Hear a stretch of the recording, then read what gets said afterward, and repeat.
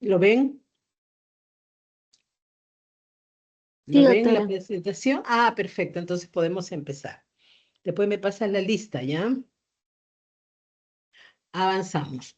Entonces hoy día vamos a tocar el tema de trastorno del ciclo menstrual y sangrado menstrual abundante, dice. Y vamos a ver lo que es el sistema PANCOI. Este es un tema muy interesante.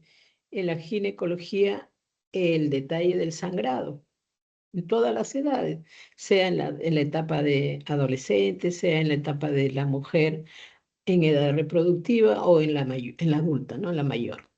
Entonces, vamos a ver estas etapas. Acá tenemos lo que vamos a tratar y básicamente el PAN y el COI y el manejo. El ciclo menstrual ustedes conocen, ¿no es cierto? Comienza con la menarquia y se mantiene durante la edad reproductiva y cesa con la menopausia. El ciclo normal depende de la secreción hormonal del ovario y del eje hipotálamo, hipófisis, ovario. Obligado. El eje es el que regula, el eje regula todo en realidad. Al aumentar la edad ginecológica, este eje madura, va madurando. Cuando viene la primera regla, este eje no está maduro y ahí vienen los trastornos del ciclo menstrual, el sangrado por la falta de madurez de este eje. Y se establece entonces un patrón regular que se mantiene durante la mayor parte de la vida reproductiva de la mujer. Con los años los ciclos se acortan, a diferencia de la etapa reproductiva, pues, ¿no? Entonces, si te duraba 7 días, ya te van a durar 3 días, 2 días, hasta que la cantidad también es menor y hasta que se corta por completo y viene la menopausia. Entonces, terminan siendo esporádicos en los años previos a la menopausia. Así, eso es lo normal, hasta que después tiene que pasar un año completo para que digas que es menopausia. Por último, deja de producirse la ovulación, provocando la menopausia cuando los ciclos menstruales desaparecen totalmente. Muy bien. ¿Está bien así? ¿O le pongo el librito? ¿Está bien? ¿Está bien así? ¿Lo ven Sí, bien? doctora. Ah, ya, perfecto. Edad reproductora madura. En la edad reproductora suele estar establecido un patrón normal de ovulación. Ya saben ustedes, ¿no? Cuánto es la cantidad, cuánto es la frecuencia y cada cuánto tiempo va a venir, ¿no es cierto? La regla. ¿Cuántos días dura? Entre 4 y 7 días, eso es lo normal. ¿Qué cantidad sangras? De 30, 40, 50, un poco más. Mililitros y la mayoría de los ciclos duran entre 21 y 35 días. La fase folicular varía de una persona a otra. Puede ser tan breve como 7 días y tan larga como 21. En cambio, la fase lútea tiene una duración fija de unos 14 días. O sea que puedes decir, si te viene la regla, ¿no? Sacando la cuenta a los 30 días, le restas eso. La fase lútea es los 14 días. Entonces, ¿cuánto has ovulado en, en, en esos 14 días, ¿no? O sea, por lo menos el día 15, el 16.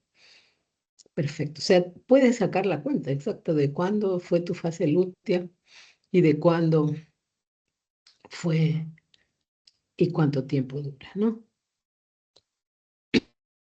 Esto, y esto es lo que se ha dejado de lado. Por eso se trae, porque esto es lo que se ha dejado de lado realmente, ¿no?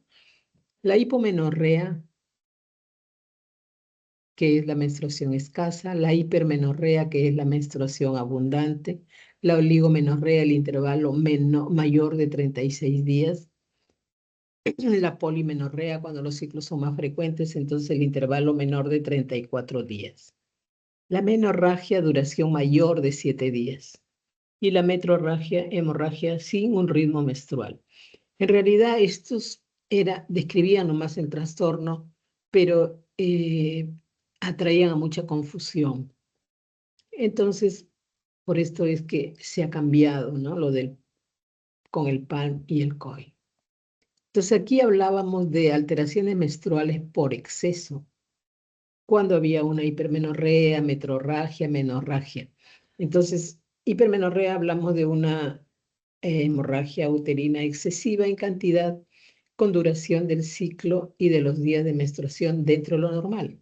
O sea, sangras bastante, pero dentro de tu ciclo normal. Y la duración también es normal, que puede ser de 4, 5, 6, 7 días, pero es bastante. Y a eso se llamaba la hipermenorrea.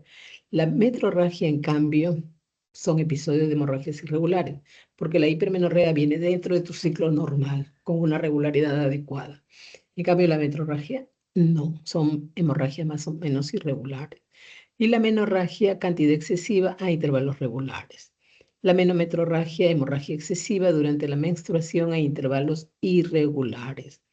Y la polimenorrea, ya saben ustedes que es duración excesiva de los días de menstruación, aunque en cantidad normal. Y las causas pueden ser orgánicas o funcionales. Las orgánicas, siempre y cuando encontremos una causa. Y si no encontramos una causa, entonces son las funcionales, ¿no? Algunas de las causas que dan lugar a este tipo de alteraciones menstruales son comunes en los diferentes periodos de la vida de la mujer. Sin embargo, existen diferencias etiopatogénicas en los diferentes periodos que es preciso analizar por la repercusión que tienen en la orientación diagnóstica por cada caso.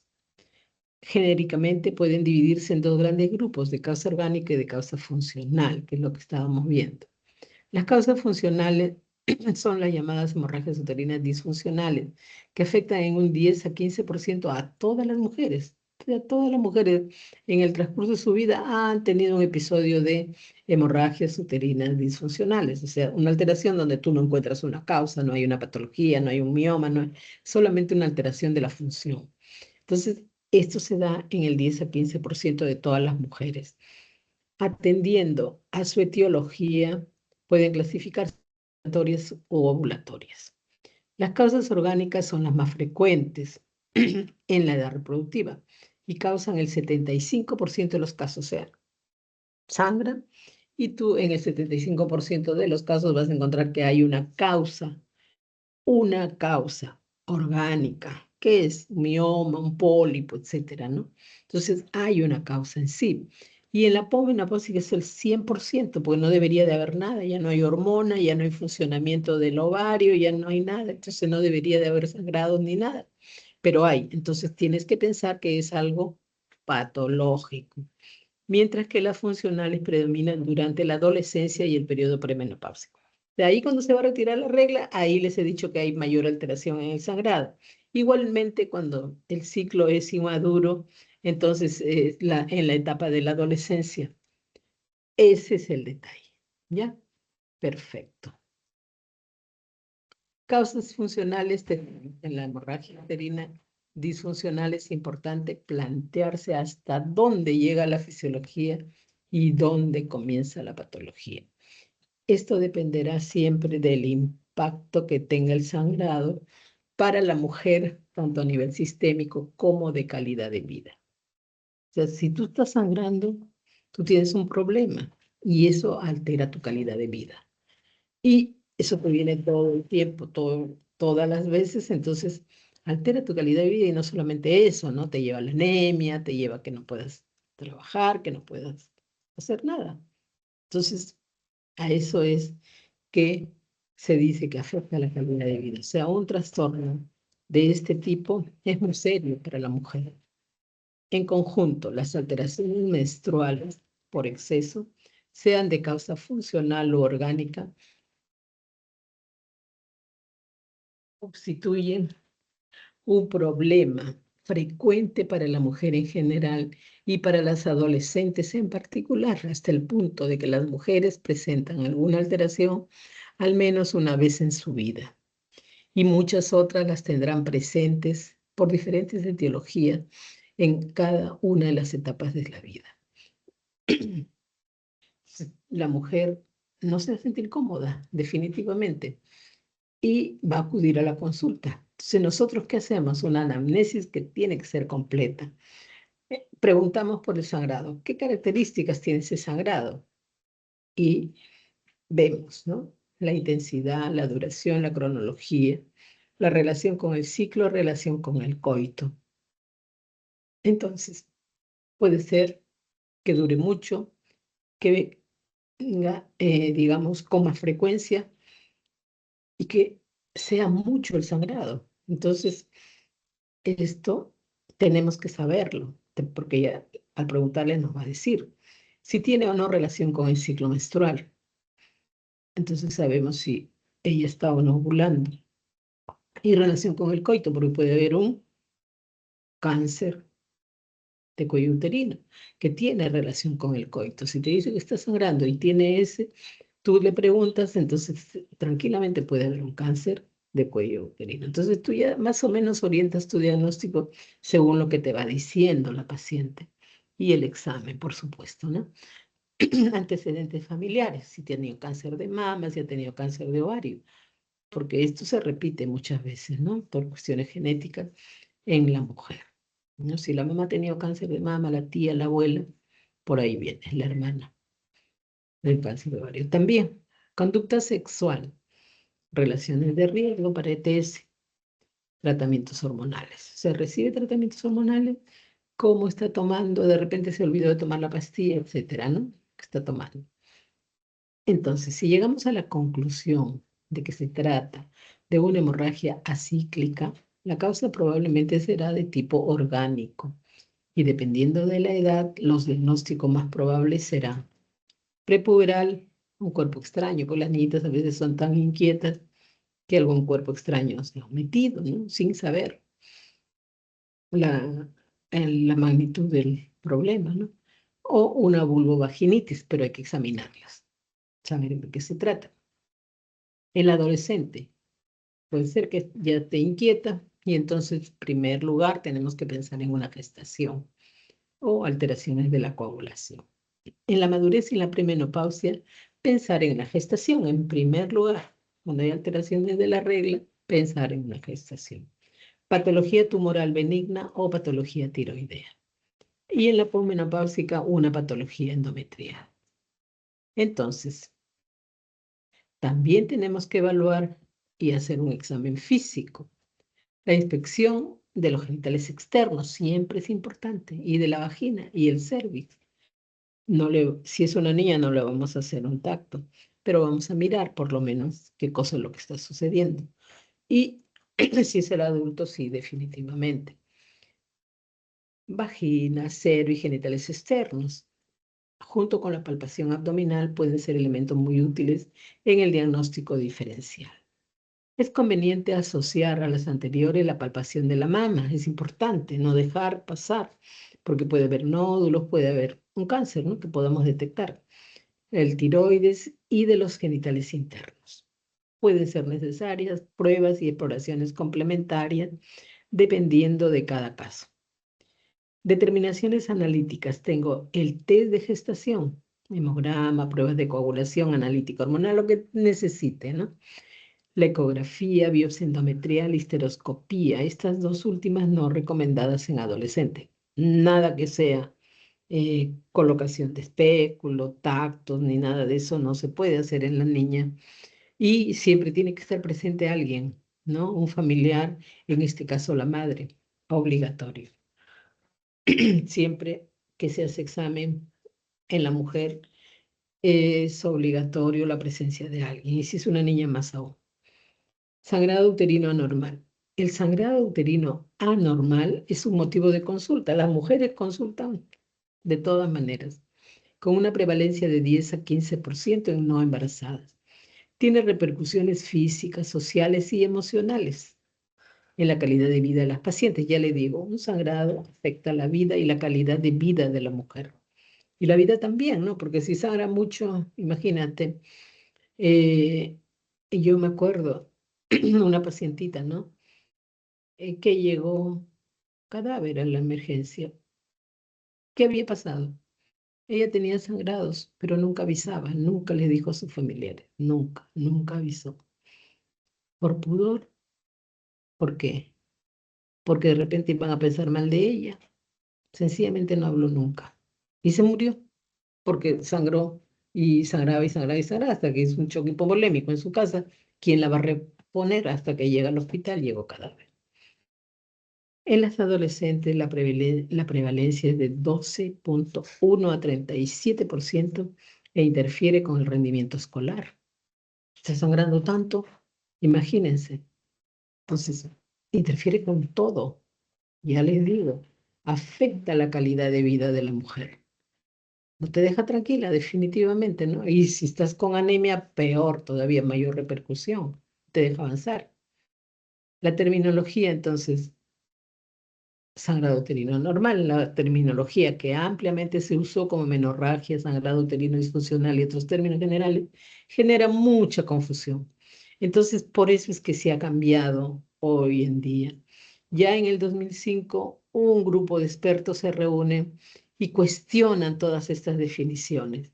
Y entonces tratan de cambiarlo, que hoy día es lo que se ha hecho, ¿no?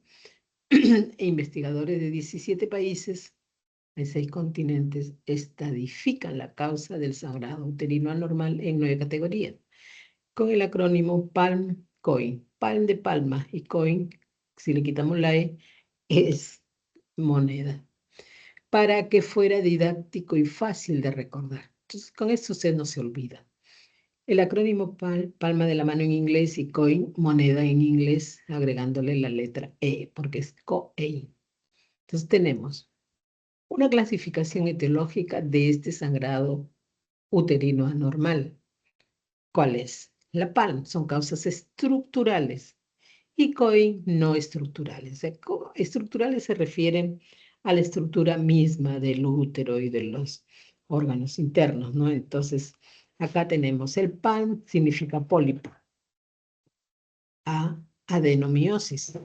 L, leiomioma. M, malignidad.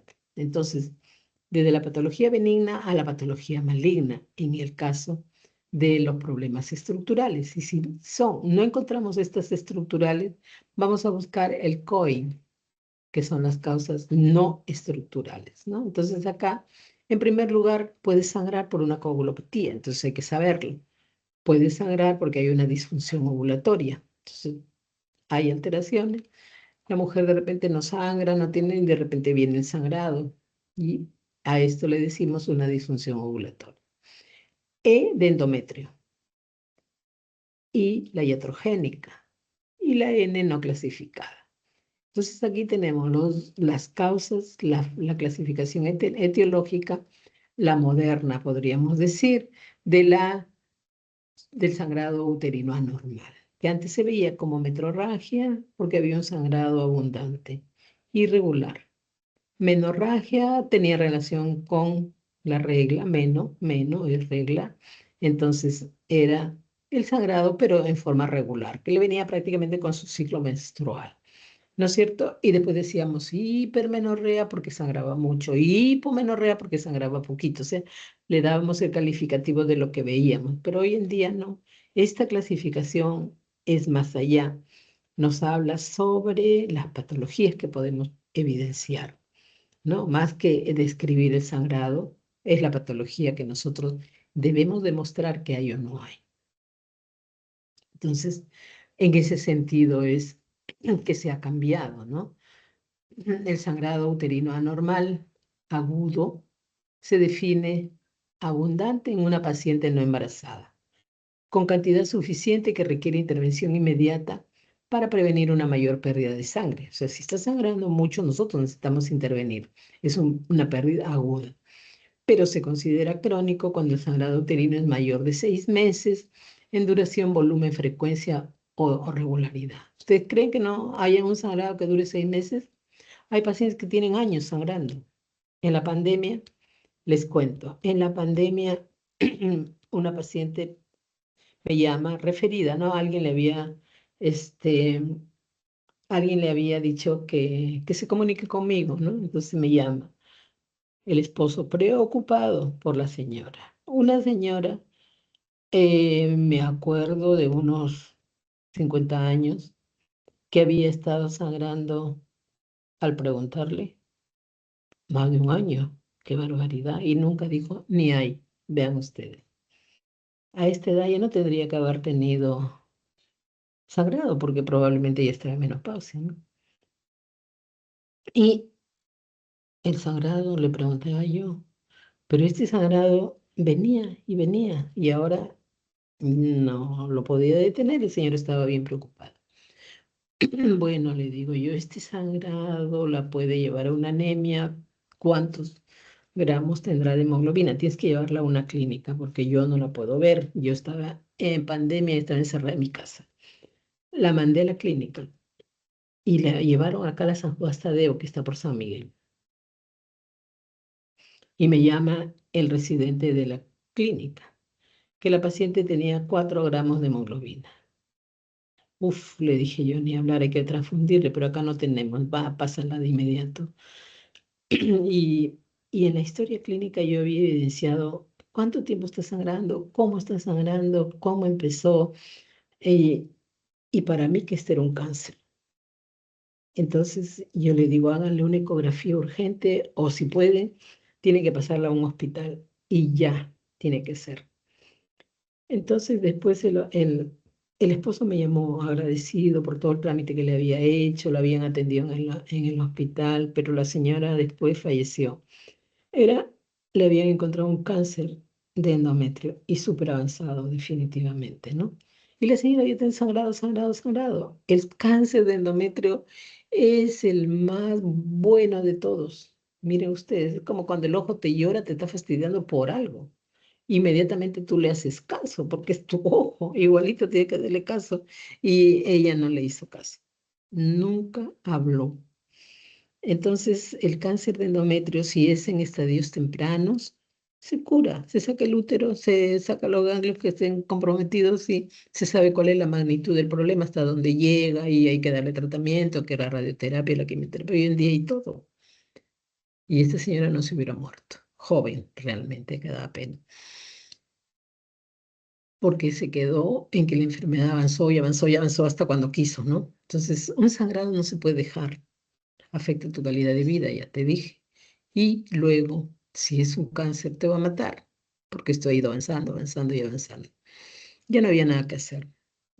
El señor llamó a agradecer porque yo le había orientado más o menos, no, urgente, urgente, urgente, porque ahorita le pasa algo en su casa. Y yo pensaba que se iba a morir en su casa. Pero miren ustedes, ¿no? O sea, para que vean ustedes la magnitud del sangrado y cómo el sangrado nos hace correr a la paciente y a nosotros. Pero hay pacientes que sangran eternamente, ahí está, sangrado crónico, y viven contentas, pero no debe sangrar tanto. Sí, sangro con coágulos. Todos los meses me viene así, no hay manera de regular. Hoy en día, con pastillas anticonceptivas, yo estoy regulando todo eso. Y no tengo por qué estar sangrando tanto. Y además hay que saber de qué se trata. Una biopsia de endometrio, una ecografía, hoy día hay todo, resonancia magnética, todos los análisis tenemos a la mano. Una mujer no se tiene que morir por estas cosas. ¿Cuáles son las características del sangrado del ciclo menstrual normal? Entonces habíamos dicho la frecuencia, la duración, la regularidad, el volumen en mililitros. Esto no se olviden, son las características más importantes del ciclo menstrual. Frecuencia, cada cuánto tiempo es que viene. Si no viene, es amenorrea. Si viene y es frecuente, y puedes, porque es menor de 24 días. Y lo normal es de 24 a 38 días. Infrecuente, mayor de 38 días. ¿Ya? Una cosa es lo normal y otra cosa es más frecuente o menos frecuente. Y ahí ya podemos ir viendo y manejando. La duración, si es normal, es de 4 a 8 días. El prolongado cuando pasa de 8 días. Más de 8 días ya es un sangrado prolongado. La regularidad debe venir con una regularidad de, según la variación regular, el más corto, el más largo, menos 9 días. Irregular, el más corto y el más largo, más de 10 días. El volumen abundante, 80 mililitros, el normal de 5 a 80. Menos de 5 mililitros es muy escaso. Era lo que se conocía como hipomenorrea, porque es poquito, ¿no? Y el mayor de 80 era lo que se conocía como la hipermenorrea, porque es más abundante, más de 80 mililitros. Vean ustedes qué cantidad de toallas tenemos que contabilizar para decir que ha sangrado esta cantidad. Ahora hablamos del palo. Empezamos con la P de pólipo. El pólipo es una protrusión nodular benigna de la superficie endometrial, ¿no? Es como una lengüetita, a veces está saliendo por el orificio cervical. En la mañana justo hemos visto en uno de los cuellitos que tenemos ahí para la simulación, ahí se veía el pólipo que está saliendo. Puede ser más grande o más chico de lo que vimos, pero es una protrusión porque está saliendo puede ser del endometrio o puede ser del endocervix. Es una protrusión nodular benigna de la superficie endometrial constituida por glándulas, estroma y vasos sanguíneos característicos. Se desconoce su causa y se considera que su aparición es de origen multifactorial. Causas probables: proliferación monoclonal benigna, anomalía de los cromosomas 6 y 12. O sea que hay una anomalía de los cromosomas. Aumento de las metaloproteinasas citoquinas que producen, ¿no?, una inflamación y por eso es una reacción realmente. Sobreexposición de las proteínas P63, mutaciones genéticas, desequilibrio entre estrógenos y progestágenos característicos. Vean, qué importancia, ¿no? O sea, ¿cuáles son las causas probables? Hay causas, alteraciones desde que naciste, porque esta es anomalía de los cromosomas. Entonces te va a dar en algún momento, ¿no? Te va a molestar y puede producir sangrados. Y hay que verlos porque pueden ser, digamos que haya un cáncer o algo de esto. Entonces es importante, todo es importante. Entonces el pólipo, ya hemos hablado de que es una protrusión. ¿Cuáles son los factores de riesgo? La edad, la obesidad, la hipertensión, el uso de tamoxifeno. Básicamente la edad. La obesidad también, la hipertensión. Prevalencia: se estima en 10 a 15% de pacientes asintomáticas, pero puede llegar a 20 o 30%. Y sí, algunas tienen un pequeño pólipo y sangran, pero algunas tienen un pólipo más grande y nunca sangraron. Entonces, el examen es importante. Hacemos el examen y lo evidenciamos. Y nunca hay que dejarlo, hay que sacarlo, porque puede haber una patología maligna subyacente. Entonces, no lo sabemos, hay que estudiarlo. Prevalencia, entonces, ya les dije, del 10 al 15%, pero puede llegar a 20 a 30%. Diagnóstico: la ecografía. Acá, básicamente, la ecografía.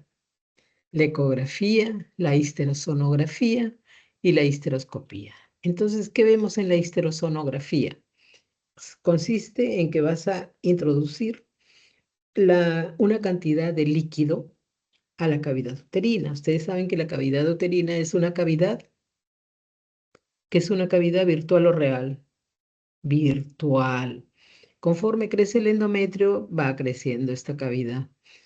Cae el endometrio y ya no queda nada. Las paredes se juntan, el endometrio, hasta que vuelve a crecer el nuevo tejido, prolifera y luego se hace secretorio y después viene la regla. ¿No es cierto? Entonces, aquí en esta cavidad, que es una cavidad virtual, yo voy a llenarla de líquido. Y en ese llenarla de líquido, es como que llena un globo, y si hay algo adentro lo voy a ver en la pantalla del ecógrafo. Lo voy a evidenciar. ¿Dónde está? En la pared anterior, en la pared posterior, etc.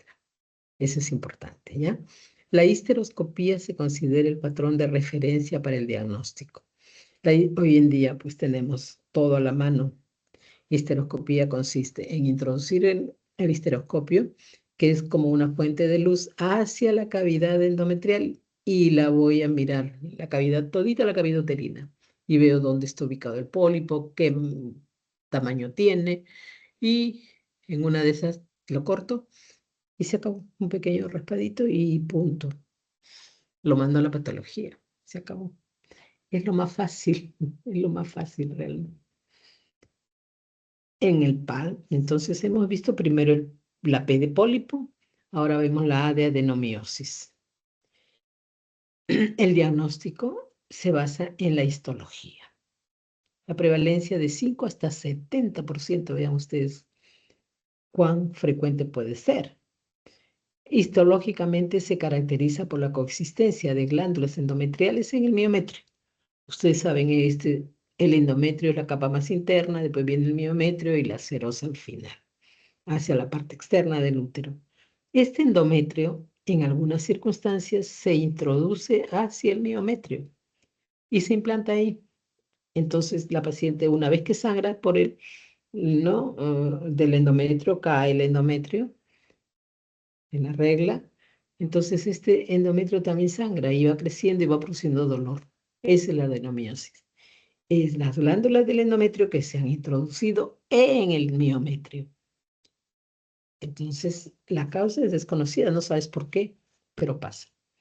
Teorías. El mecanismo de lesión, reparación tisular que ocasiona invaginación del endometrio y los remanentes müllerianos con proceso de metaplasia. El primer mecanismo causaría alteraciones moleculares de la función de las glándulas endometriales o de la zona de unión endomiometrial y alteración estrogénica. Entonces no se sabe por qué el mecanismo, pero es una teoría que produce el endometrio, que está la capa más interna, como que se invagina y se introduce hacia el miometrio.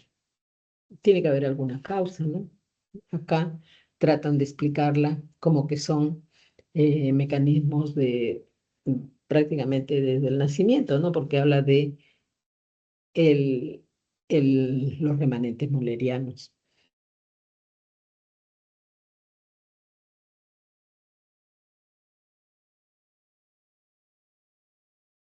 Entonces, ahora ya no estamos en adenomiosis, ya hemos visto los pólipos, hemos visto la adenomiosis y, y acá, entonces, acá tenemos, todavía nos faltaba los factores de riesgo, la multiparidad, tratamientos con tamoxifeno, edad y la mayor exposición a estrógenos.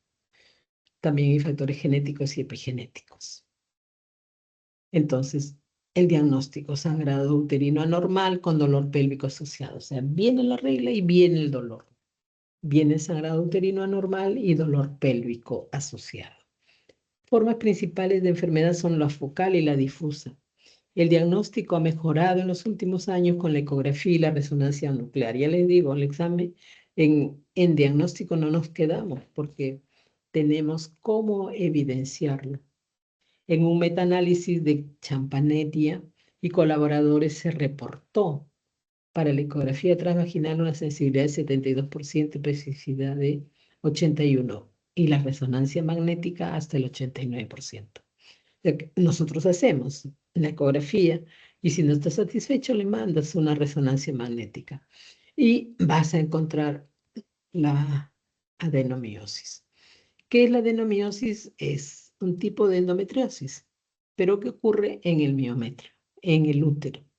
Entonces, ustedes saben, el endometrio que se instala por cualquier lado, ovarios, la cavidad abdominal, la vejiga, en donde sea, se llama endometriosis. Pero cuando ocurre en el mismo útero, a eso se llama adenomiosis, porque son las glándulas del endometrio las que se han introducido, se han invaginado, se han metido hacia el miometrio. Entonces, y ahí se instalan. Y cada vez que viene la regla, estas glándulas sangran y produce mayor cantidad de sangrado y eso produce dolor cuando viene la regla. ¿Ya? Eso para que lo entienda. El PAN, ahora seguimos con la L de leiomiomas. Hemos visto pólipos, hemos visto adenomiosis, ahora estamos viendo leiomiomas. Son tumores benignos, son los miomas. Tumores benignos monoclonales que se originan a partir de la célula del músculo liso del miometrio uterino. Tenemos esa parte así gruesa en el útero, ese es el miometrio. Son los tumores más comunes durante la edad fértil, con prevalencia de 20 a 40% en la edad reproductiva. pero puede llegar hasta 70% en mujeres blancas o 80% en la mujer negra. Es bastante, ¿no es cierto? De diferente tamaño y de localización submucosa, intramural, subserosa. Depende de dónde están ubicados. Si es en el endometrio, es submucoso. Si es en el miometrio, es intramural. Y si va más afuera, ya como la papa que tiene a veces una cosa ahí encima, ese se llama subseroso, un mioma subseroso, que está afuera, no está dentro del útero. Más del 50% de los casos son asintomáticos, pero cuando hay síntomas se asocia con sangrado uterino anormal, dolor pélvico, infertilidad y parto pretérmino, lo que afecta la calidad de vida de estas pacientes. Factores de riesgo: la menarquia temprana, la nuliparidad, edad tardía del primer hijo, obesidad, y hoy día cada vez más tarde tienen hijos las mujeres, ¿no? Por el detalle del estudio, de la maestría, del trabajo, quiero tener mi departamento, viajar, qué sé yo. Entonces cada vez más tarde hay una edad tardía del primer hijo. Por eso se ve más frecuente estas cosas, antes no se veía, ¿no? Obesidad, síndrome de ovario poliquístico, diabetes e hipertensión. Hay otros factores involucrados en la etiopatogenia de la miomatosis. Factores genéticos, epigenéticos, componentes de la matriz celular, citoquinas, quimiosinas y factores de crecimiento que actúan no solo en los receptores estrogénicos, sino también en los de progesterona. El 60% de las pacientes tienen cariotipos anormales. Los más frecuentes son la trisomía 12, traslocación entre cromosomas 12 y 14 o pérdida o reordenamiento. Entonces, no es que se presenta solamente un tumor, tenemos que saber que pueden haber cosas que de dónde provienen, qué cosa es lo que está pasando, ¿no? Entonces, aquí en este caso hay alteraciones genéticos. Estamos hablando de cariotipos anormales, trisomía 12, traslocación de cromosomas. Es importante, lo recuerdo. Diagnóstico. La ecografía para todo es mandatorio. Es el método inicial donde se describe la cantidad, el tamaño y localización, distancia entre el mioma y la serosa o el mioma y la cavidad uterina. Resonancia magnética nuclear puede ser útil, sobre todo cuando hay más de 4 miomas. Vean ustedes, cuando hay más de 4 miomas. Puede ser útil. Tenemos que hacer. Y yo he visto pacientes que tienen 30 miomas, le sacamos 30 miomas, cantidad, como si fuera racimo de uvas. Diferentes tamaños tienen los miomas. Baja posibilidad de malignidad, de 0,23%, y es una transformación de novo, más frecuente en paciente posmenopáusica. ¿Por qué?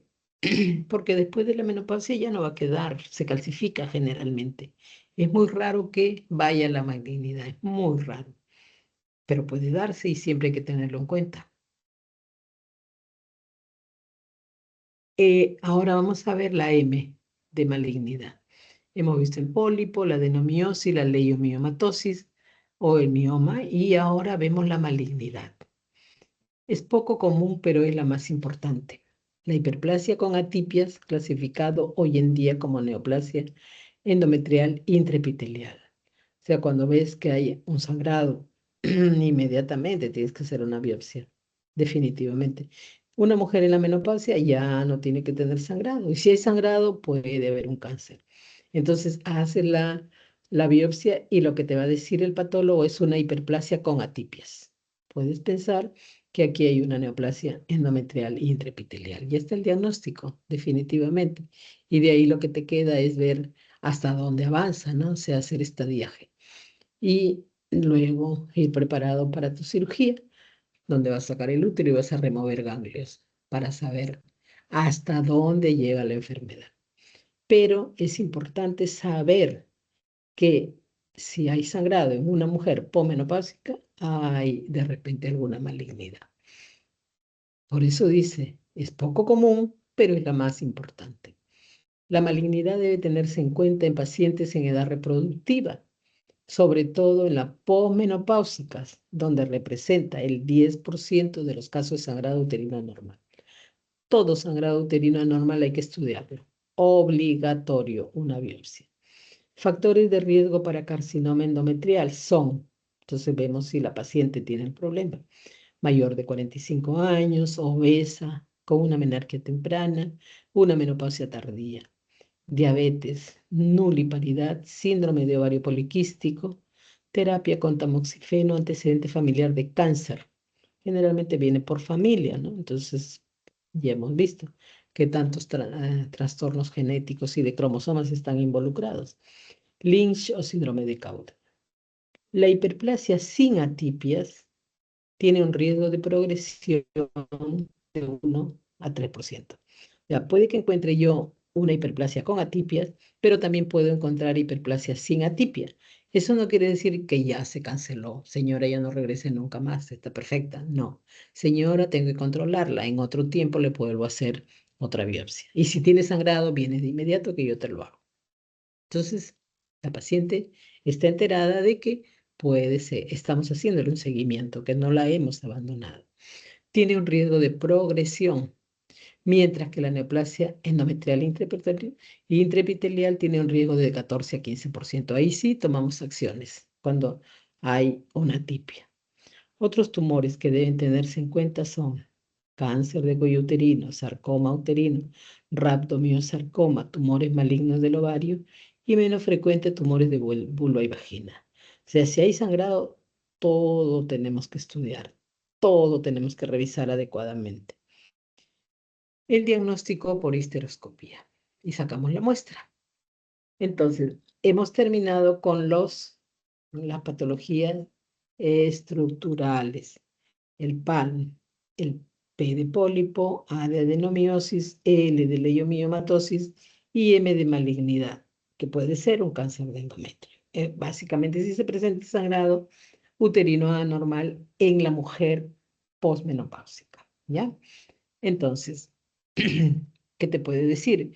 Que este endometrio tiene glándulas con atipia o tiene glándulas sin atipia, en el cual si la tiene con atipia, tomo acciones, ¿no es cierto? Y si no tiene atipia, le tengo que hacer seguimiento. Así de simple. COIN, coagulación. El término coagulopatía se utiliza para agrupar enfermedades con trastorno de la hemostasia causantes de sangrado uterino anormal que pueden detectarse en 90% de ellas. La más frecuente es la enfermedad de von Willebrand, con una incidencia de 1% en la población general. Se encuentra en 13% de las pacientes con menstruaciones abundantes, sobre todo en las caucásicas, 15.9% y menos en las africanas, 1.3%. La alteración en la agregación plaquetaria, hemofilia, enfermedad hepática crónica, deficiencia de la vitamina K, púrpura, trombocitopénica, idiopática. Factores asociados a trastornos de la coagulación. 1. Sangrado uterino anormal desde la menarquia. 2. Uno de los siguientes. Hemorragia por parto, hemorragia por cirugía. Tranquilamente. Te dan sangrados. Entonces hay que estudiar si hay o no trastornos de la coagulación. Porque si no lo estudiaste bien, tenías que estudiar bien todo su preoperatorio. Entonces hay que saber exactamente qué pasa. Sangrado asociado con extracción dentaria, ¿no? Le toca del diente y está sangrando. 2 o más de los siguientes síntomas: equimosis, epistaxis, sangrado de encías frecuente, historia familiar. O sea, tenemos que ver si es que esta paciente tiene o no sangrado de la coagulación. Entonces, ahora vamos a estudiar que son los trastornos ovulatorios. Tenemos los fisiológicos, los normales que se presentan, ya les digo, en la adolescencia por inmadurez del eje, en la perimenopausia, porque ya se acerca la menopausia, entonces ya va teniendo alteraciones por insuficiencia de estrógenos. El ovario ya no está trabajando, entonces como que quiere ese coche empujar, y entonces presenta este tipo de problemas, este sangrado. En la lactancia y en el embarazo. Igual en la lactancia. Como has tenido un embarazo, está dando de lactar, de repente no tienes regla, pero de repente puede presentarse estas alteraciones. Igual en el embarazo. Patológicas. Entonces, fisiológicas y patológicas. Las patológicas las alteraciones de la ovulación. Entonces, tenemos en el síndrome de ovario poliquístico, en el cual ellas no ovulan. La hiperplasia suprarrenal congénita, tumores productores de andrógenos, disfunción hipotalámica, la anorexia nerviosa, obesidad, estrés, pérdida de peso. Todas estas alteraciones afectan el sangrado de la mujer. La mujer que hace ejercicio extremo no tiene sangrado, pero no tiene grasita, entonces no produce estrógenos, tiene pura musculatura y eso es magro, no tiene grasa, no tiene estrógenos. ¿De dónde se va a formar? Y por lo tanto ella no tiene ovulaciones. Las que hacen deporte extremo saben que no tienen reglas, que este es el problema. Se afecta a todo realmente. Hiperprolactinemia, enfermedades tiroideas, enfermedad hipofisiaria primaria, secundaria, radioterapia o quimioterapia, medicamentos, efectos sobre el metabolismo de la dopamina como las fenotiacinas, antidepresivas tricíclicas. Entonces ahora vemos la E que se agregó al COIN, ¿se acuerdan? E de endometrio. Es un trastorno primario originado en el endometrio que da lugar a menstruaciones abundantes, deficiencia en la producción local de vasoconstrictores, endothelina 1, prostaglandina F2 alfa, aumento excesivo en la producción de plasminógeno y sustancias que promueven la vasodilatación, la prostaglandina E2 y la prostaciclina. Hay trastornos que causan menstruaciones prolongadas o manchado intermenstrual, consecuencia de los mecanismos moleculares reparadores endometriales, por lo general consecuencia de una inflamación o una infección. Entonces, ahí es sangrado. Yo he tenido pacientes a veces que tienen problemas de fertilidad. Les haces una biopsia y encuentras que hay una infección y que esto a veces le produce sangrado, ¿no? Entonces hay que estudiar bien a la paciente. Existe, y tienes que sospechar de que dónde puede estar el problema. Existe evidencia de vinculación subclínica con infección por clamidia trachomatis. A veces la clamidia ni siquiera te da sintomatología, infección de transmisión sexual que puede dejar a la mujer infértil, sangrados, molestias, dolores, etcétera. Iatrogenia. Entonces ya estamos en iatrogenia. Existen diferentes medicamentos que pueden dar lugar a sangrado uterino anormal. Dispositivos intrauterino, anticonceptivos orales. Ya habíamos visto, cuando tienes dispositivo intrauterino colocado en el útero, los primeros meses vas a sangrar un poco más. ¿Por qué? Porque hay un estímulo, el útero se está contrayendo mucho más, entonces hay un sangrado que puede ser un poco mayor. Eso hay que avisar a la paciente porque si no, a la primera que sangra un poquito más, se va corriendo y se lo retira. Entonces hay que decirle que esa es una posibilidad que puede ocurrir. Con los anticonceptivos orales también, los progestágenos, los moduladores de receptores progestacionales, agonistas de la hormona liberadora de gonadotrofina, anticonvulsivantes, el ácido valproico puede incrementar las concentraciones de andrógeno circulante, antibióticos como la rifampicina, antidepresivos tricíclicos, fenotiacinas, que pueden alterar el metabolismo de la dopamina y los anticoagulantes que entran en la categoría C. No clasificados, viene al final ya, ¿no? El COI, entonces hemos visto los trastornos de la coagulación, los ovulatorios, el endometrio, y ahora la parte de iatrogenia, ¿no? Cuando estás dando anticonceptivos, cuando has puesto un dispositivo, pero lo pones porque la paciente te lo pide, ¿no es cierto? Pero puede haber un sangrado mayor. Es como que tienes algo en el ojo y lo único que quieres es botarlo, entonces hay mayor contracción, hay un útero más irritable. Entonces hay que vigilarla porque realmente lo puedes expulsar. Entonces, y de repente no tiene nada y sale embarazada. Lo último que quería era un embarazo. Entonces hay que estar vigilando a la paciente. Si tiene un sangrado, hay que ver dónde está la T, porque en ese sangrado puede haberse ido la T y ni la vimos. Es importante.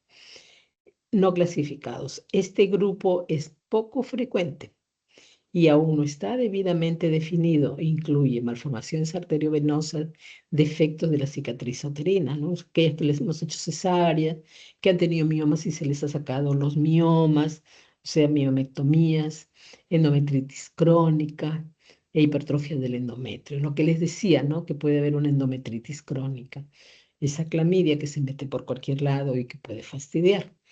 Son gérmenes de transmisión sexual.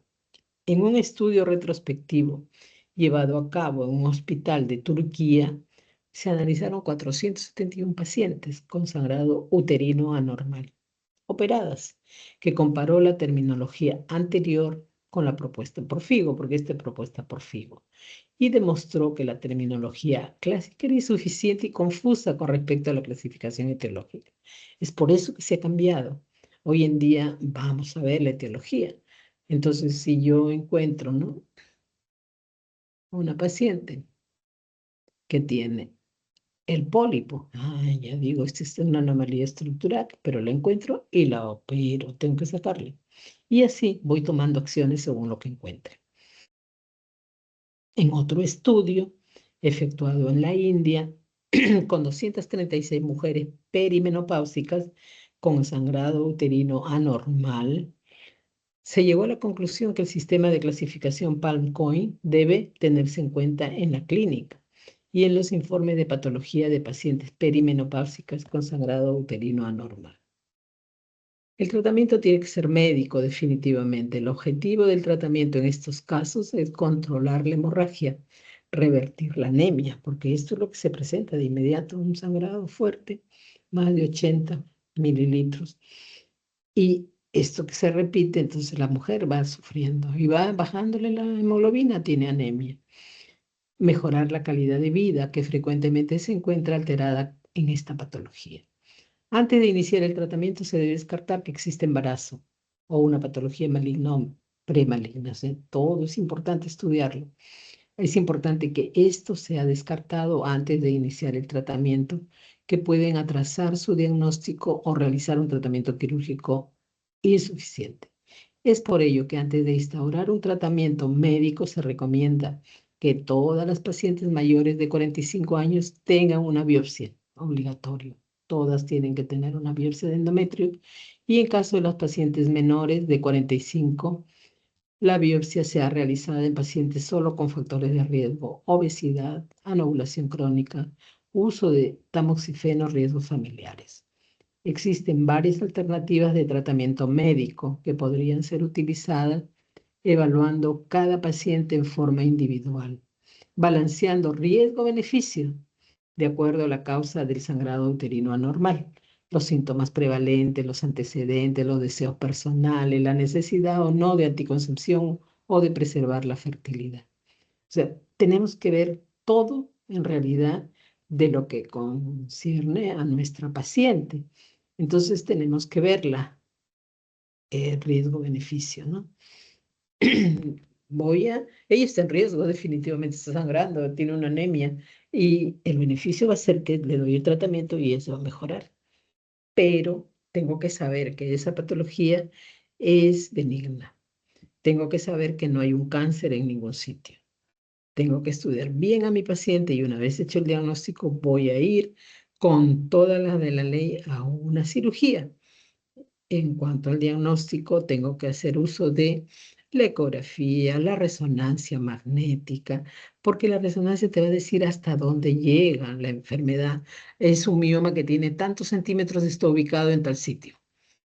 Ya está, porque te describe la tumoración, definitivamente. O es cualquier otra cosa. Lo que sea, te lo va a decir. Por supuesto que si las alteraciones menstruales son debidas a condiciones específicas, se abordarán los tratamientos adecuados para estas condiciones. Ejemplo, si la causa es un hipotiroidismo, el tratamiento será con levotiroxina. También presentan trastornos del sangrado las pacientes con hipotiroidismo. Entonces hay que darle tratamiento de acuerdo a lo que diga, ¿no? Tiene que darle la levotiroxina, esto es el endocrino. O en el caso de alteraciones de la prolactina, también el tratamiento específico deberá ser instaurado. Lo mismo ocurrirá con otras condiciones que necesiten su tratamiento específico, como la endometritis, las alteraciones por tratamientos anticoagulantes. Entonces, vean qué importancia es. Según lo que encuentres, vas a hacer el manejo. según lo que encuentres es el tratamiento, para corregir el problema. Si la causa del SUA es una patología maligna, el tratamiento primario será el quirúrgico en la mayoría de los pacientes. Antes de instaurar un tratamiento médico en pacientes con SUA, es importante asesorarlas de todas las alternativas e informarles que muchas veces las pacientes pueden terminar en un tratamiento quirúrgico después de intentar los tratamientos farmacológicos. Dentro de los tratamientos médicos podemos incluir tratamientos hormonales y tratamientos no hormonales. En líneas generales, podemos decir que los resultados de estudios randomizados muestran resultados similares en pacientes tratadas con anticonceptivos orales, ácido mefenámico, naproxeno o danazol. Tratamientos no hormonales, AINES. Entonces tenemos en el tratamiento médico los AINES. Muchas veces dándole AINES es suficiente porque había una inflamación, etcétera, y con eso es suficiente. La acción de los AINES en el endometrio por la inhibición de la ciclooxigenasa altera el equilibrio local entre tromboxanos y prostaciclina. El efecto es que reduce la cantidad de sangrado hasta en un 40%, vean ustedes, solo con AINES, nada más, y no le hemos dado otra cosa. Por eso es importante empezar de menos a más. Comenzamos con AINES. Simulacro, dice.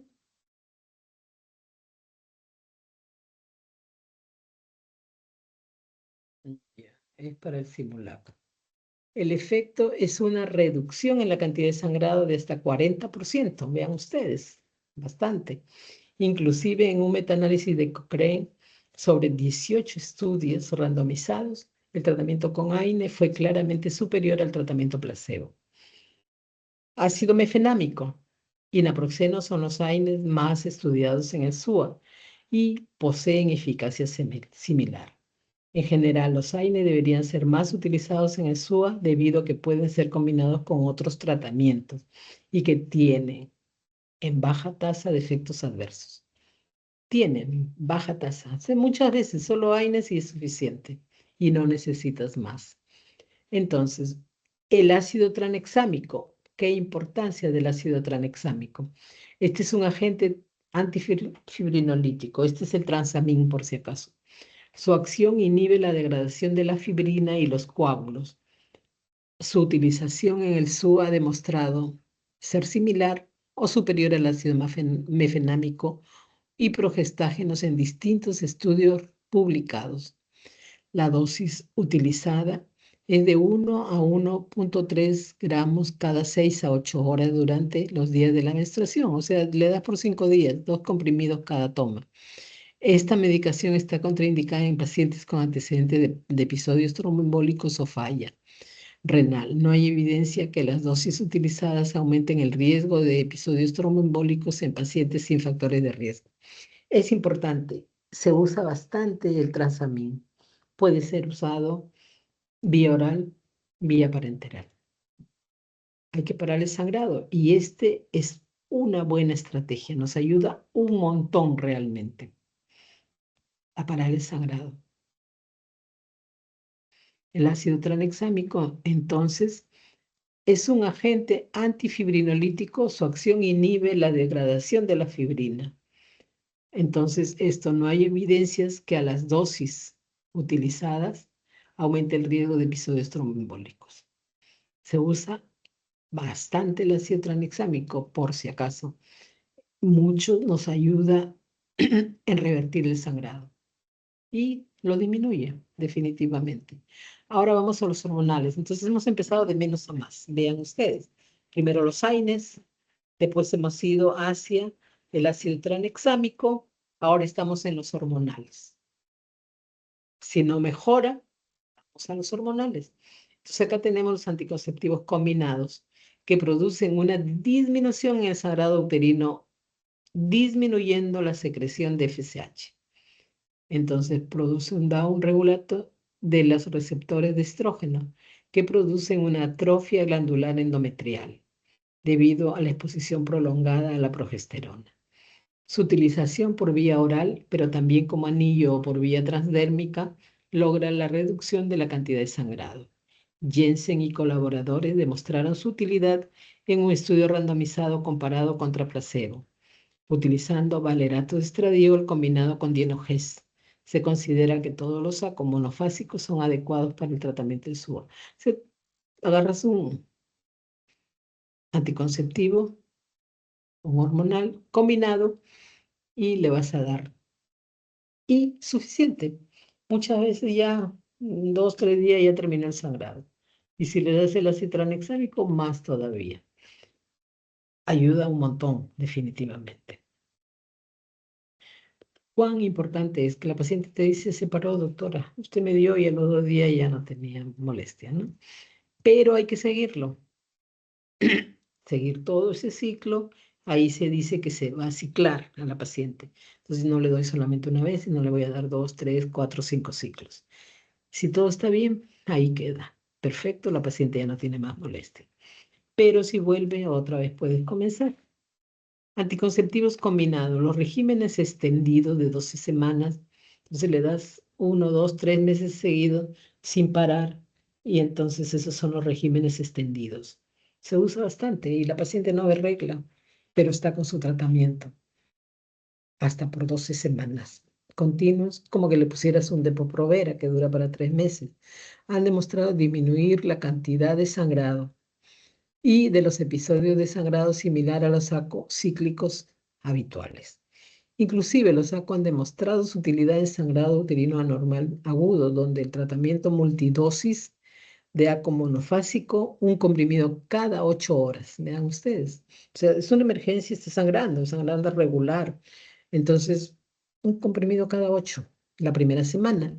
Y luego un comprimido por día por 3 semanas posteriores ha logrado respuesta adecuada en el 85% de las pacientes tratadas. No tengan temor de usar los anticonceptivos, porque hay que usarlos según lo que se requiera. En casos de SUA agudos, la administración de estrógenos conjugados equinos en forma intravenosa ha sido aprobada por la FDA en el 2009. Entonces, vamos a ponerle por vía parenteral.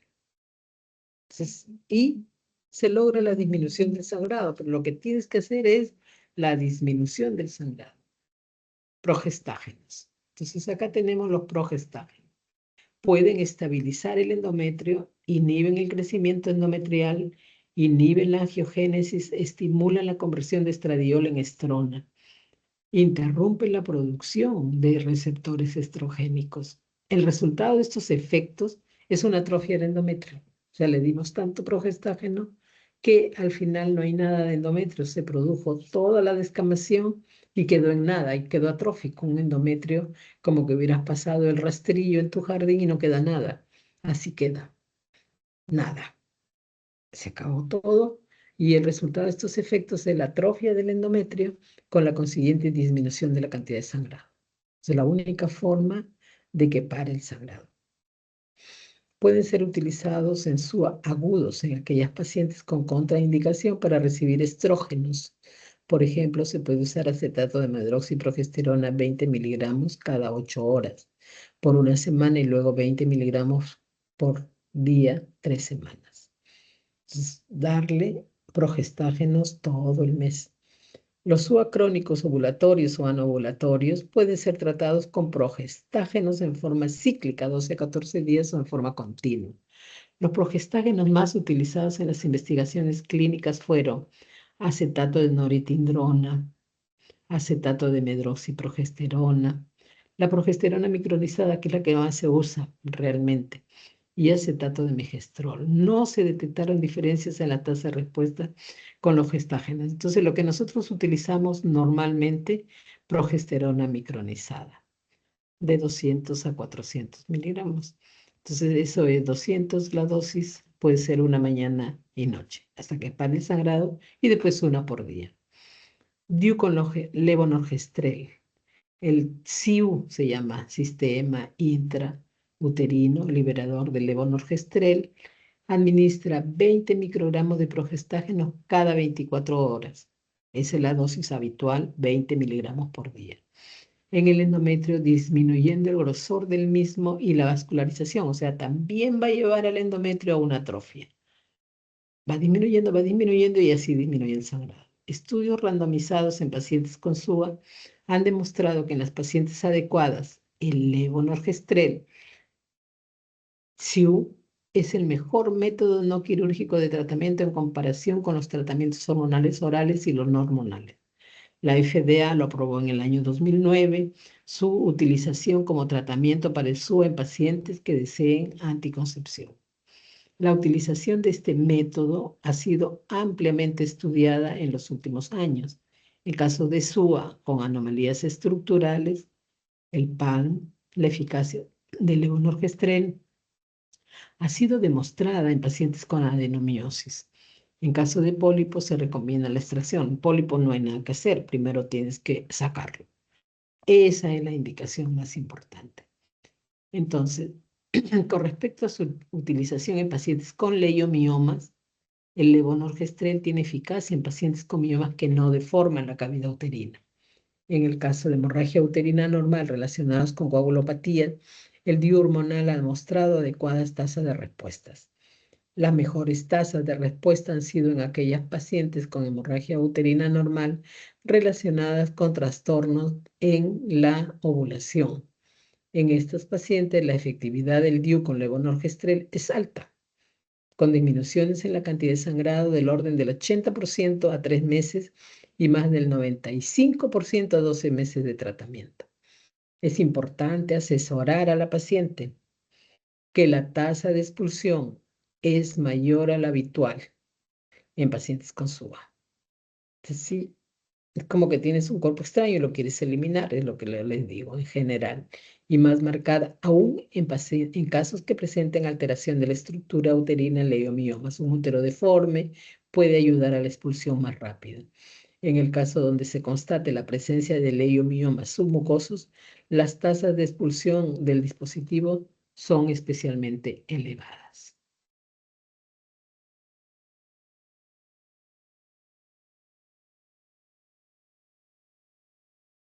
Acá se usaba el danazol, el GnRH, o sea, son otros niveles ya, y el acetato de olipristal para disminuir en el sangrado en el caso de que no mejore.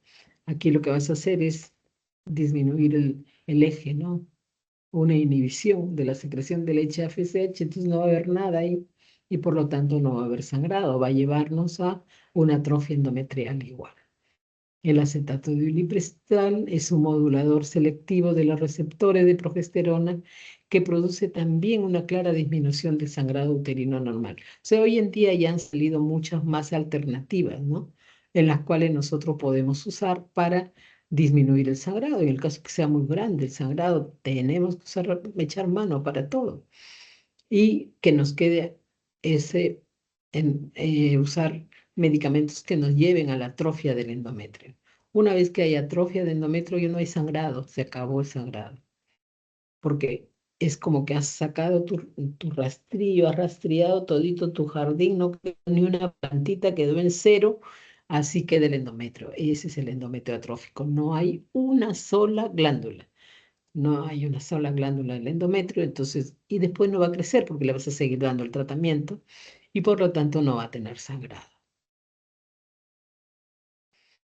Tratamiento quirúrgico del SUA. Entonces hemos visto el tratamiento médico, ¿no es cierto?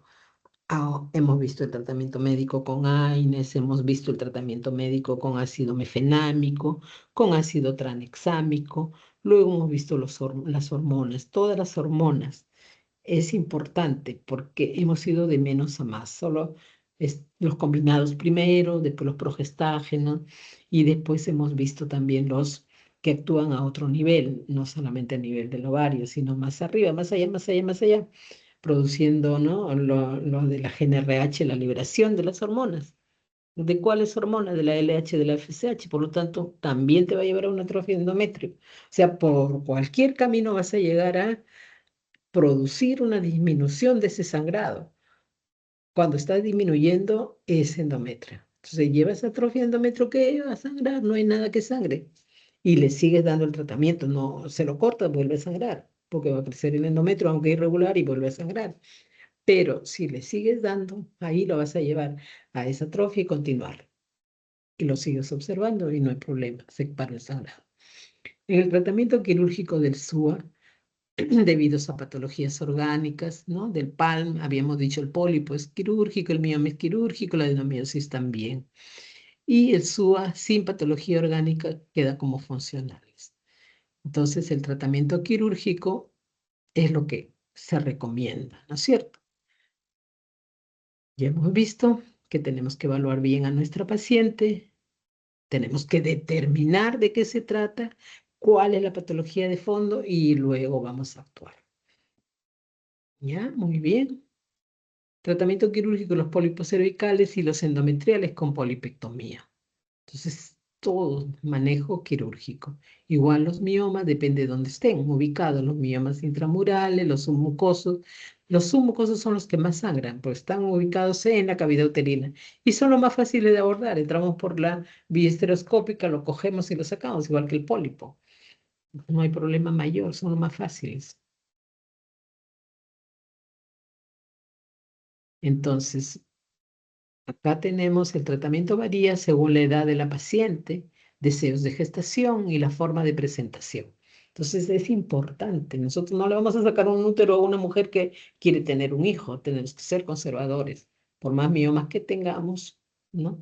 O la adenomiosis, y tratar de ser bastante conservador. Entonces, aquí la resección, la histerectomía, y en el caso que no puedas, pues ni modo, tienes que sacarle el útero, no te queda otra. No nos queda otra, mejor dicho. Resección endometrial, ablación endometrial. Ya estas son técnicas que hay que echar mano definitivamente en el caso que no hayamos podido revertir y que se trate de una patología orgánica en sí, ¿no?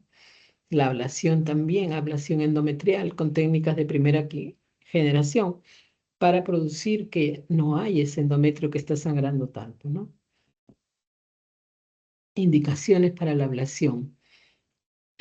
La indicación principal de la resección endometrial es su resistente a un tratamiento hormonal. O sea, ya le hemos dado tratamiento hormonal y no mejora mi paciente, pues tengo que ir a un quirúrgico definitivamente, ¿no? El SUA agudo como alternativa al legrado. Pacientes candidatas a histerectomía en las que existen contraindicaciones para la intervención quirúrgica o la paciente no la acepta. No, porque yo quiero tener un hijo. Entonces tienes que darle tratamiento obligatorio cuando existen pólipos endometriales o miomas submucosos, ya que puede realizarse además su resección en el mismo acto quirúrgico. En la metrorragia posmenopáusica, en el caso de mujeres con tratamiento hormonal sustitutivo, una vez se ha descartado patología maligna y se ha realizado el ajuste terapéutico adecuado y persiste el sangrado. O sea, si persiste el sangrado, tenemos que entrar a quirúrgico, no hay otra, porque la paciente no puede sangrar tanto, ¿no? Si es una hemorragia. Entonces, contraindicaciones relativas en el caso de deseo de gestación, no le puedo sacar el útero, tengo que ser conservador. Patología endometrial maligna, a no ser que sea un cáncer y ahí sí ya no puedo, de ninguna manera tengo que sacarlo, ¿no? Patología endometrial maligna, miomas uterinos, úteros mayores de 12 centímetros, adenomiosis.